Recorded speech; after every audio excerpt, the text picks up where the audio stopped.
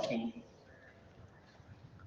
سیدنا صدیق اکبر رضی اللہ تعالیٰ عنہ یہ دعا کثرت سے مانگا کرتے تھے، اللہم اجعل خیر عمری آخرہ وخیر عملی خواتیمہ وخیر ایامی یوم القاک فیہ۔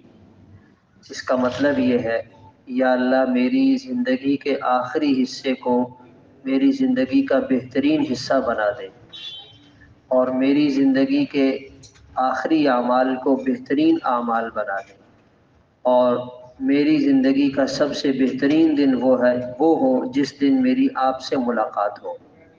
یہ دعا کثرت سے مانگا کرتے تھے۔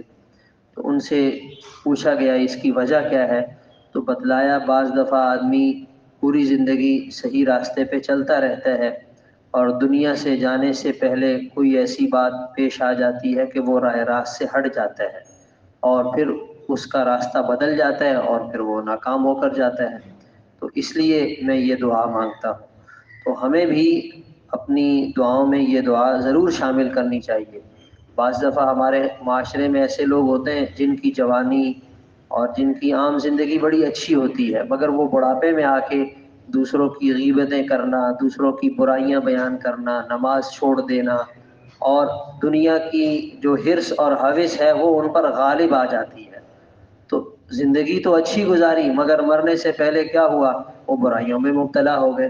تو جب تک انسان کی زندگی کا آخری دن ہے، اسے اس بات کی فکر رہنی چاہیے کہ میں کہیں سیدھے راستے سے بھٹک نہ جاؤں، کہیں شیطان مجھ پر کوئی ایسا حملہ نہ کرے جو آخرت کے اعتبار سے، اعمال کے اعتبار سے میرے لیے نقصان دہ ہو۔ اللہ تعالی عمل کرنے کی توفیق عطا فرمائے۔ اللہ صلی اللہ علیہ وسلم۔